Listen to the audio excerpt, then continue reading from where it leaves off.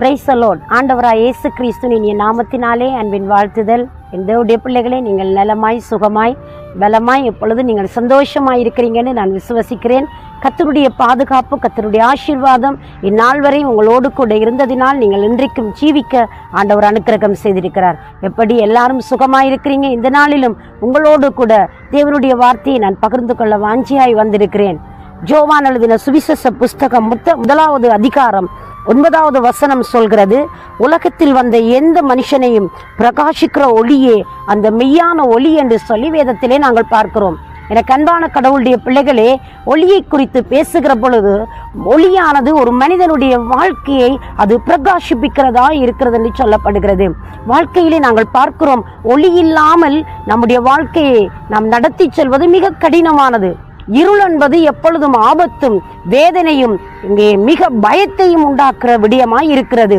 ஒரு மனித வாழ்விலே பயத்தோடு திகிலோடு இருளடைந்து போயிருக்கிற ஜீவியத்தை உயிர்ப்பிக்கும்படியாக, விடுவிக்கும்படியாக, விடுதலை அளிக்கும்படியாக இறைமகன் மனிதனாய் பூமிக்கு வந்து உருவெடுத்து மனித வாழ்வை அங்கே பிரகாசிப்ப செய்வதுதான் மிக மகிமையிலும் மகிமையானதாய் இருக்கிறது.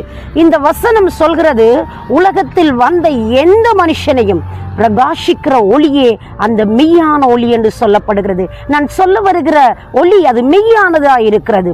மனித வாழ்க்கையில் நாங்கள் பார்க்கிற ஒளிகளை பார்க்கிலும் பலவிதமான ஒளிகள் இருக்கிறது. சூரியனிடத்திலிருந்து ஒரு ஒளி வருகிறது, அதே போல மின்சாரத்திலிருந்து ஒளி வருகிறது. இப்படி பல ஒளிகளை நாங்கள் பார்த்தாலும் அவைகள் எல்லாவற்றை பார்க்கிலும் மெய்யான ஒளி என்று இறைவனை வர்ணிக்கப்படுகிறது. ஒரு மனித வாழ்க்கையிலே இன்றைக்கு இருளடைந்து போயிருக்கிறது. பாவம் என்கிற இருள், சாபம் என்கிற இருள், மரணம் என்கிற இருள், மரண பயம் என்கிற இருள், இப்படிப்பட்ட பலதரப்பட்ட பயங்கள் மனித வாழ்வை சூழ்ந்து கொண்டு இருக்கிற பொழுது வேத வசனம் சொல்கிறது, உலகத்தில் வந்த எந்த மனுஷனையும் பிரகாசிக்கிற ஒளியே அந்த மெய்யான ஒளி என்று சொல்லப்படுகிறது. எனக்கு அன்பான கடவுளுடைய பிள்ளைகளே, மனித வாழ்விலே அங்கே விடை காண முடியாத அநேக கேள்விகள் இருக்கிறது. விடியலை காண முடியாத அநேக மனங்கள் இன்றைக்கு தவித்துக் கொண்டிருக்கிறது. இப்படிப்பட்ட நிலையிலே இறைவன் மனிதனாய் இந்த பூவுலகத்திற்கு வந்தது மட்டுமல்ல, மனித வாழ்வை பிரகாசமடைய செய்து மனிதனுக்கு விமோசனத்தை உண்டாக்கி மனிதனுக்கு நாங்கள் நற்சீர் பெறும்படியாக அவர் நன்மைகளை செய்கிறார் என்று சொல்லி நாங்கள் பார்க்கிறோம். இன்றைக்கு கூட நீங்கள் ஏதோ ஒரு இருள் போன்ற சூழ்நிலைக்குள்ளே நீங்கள் கடந்து போய் கொண்டிருக்கலாம். ஏதோ ஒரு பயம் உங்களை பயப்படுத்தி ஒரு இருளை போன்று காணப்படலாம். இல்லாவிட்டால் நீங்கள் நம்பின நம்பிக்கையிலே ஏமாந்து தோற்று போய் உங்களுடைய வாழ்க்கை இருளடைந்து போய் இருக்கலாம். இனி நான் மீள எழவே முடியாது, இனி நான் மீண்டு வர முடியாது, இந்த கடன் தொல்லையில் இருந்து, இந்த கஷ்டத்தில் இருந்து, இந்த பிரச்சனையில் இருந்து, இந்த தேவையில் இருந்து நான் மீண்டு வர முடியாது என்று சொல்லி நீங்கள் புலம்பி அழுது கொண்டிருக்கலாம். அன்பு பிள்ளைகளை, உங்களுக்கு அன்பாய் நான் சொல்லுகிற தேவனுடைய வசனம் அல்ல, உலகத்தில் வந்த எந்த மனுஷனையும் பிரகாசிக்கிற ஒரு ஒளி இருக்கிறது.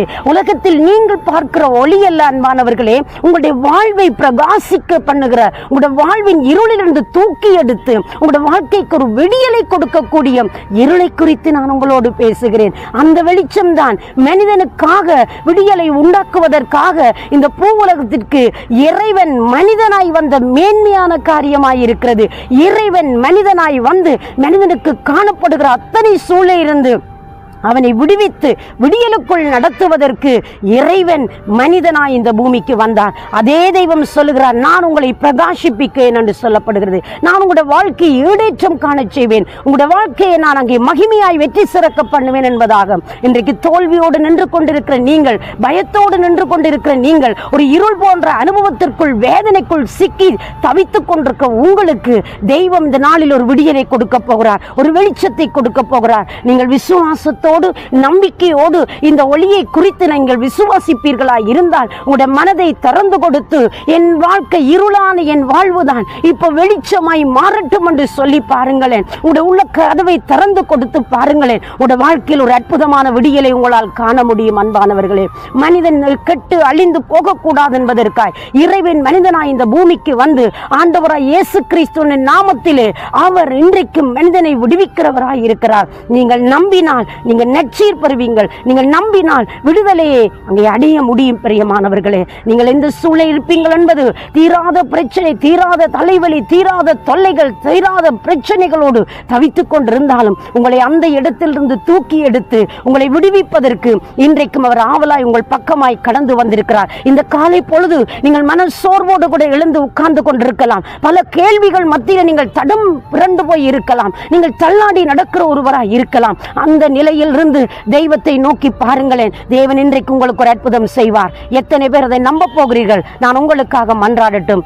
சர்வ வல்லமை உள்ள நல்ல ஆண்டவரே, இயேசுவின் நாமத்தினாலே இந்த காலை நேரத்தில் உம்மை நம்பி வந்த பிள்ளைகளுக்கு நீர் ஒரு நன்மை செய்யும். வாழ்க்கையில் ஒரு விடியலை உண்டாக்கும் ஐயா. ஆண்டவரே, பிரகாசிப்பிக்க பண்ணும், ஒரு அற்புதம் செய்யும். உம்முடைய கரங்களின் பிள்ளைகளை நான் ஒப்புக் கொடுத்து ஆசீர்வதித்து ஜெபிக்கிறேன் ஜீவன் உள்ள நல்ல பிதாவே. ஆமேன், ஆமேன். தேவன் தாமே உங்களை நிறைவாய் ஆசீர்வதிப்பாராக. God bless you.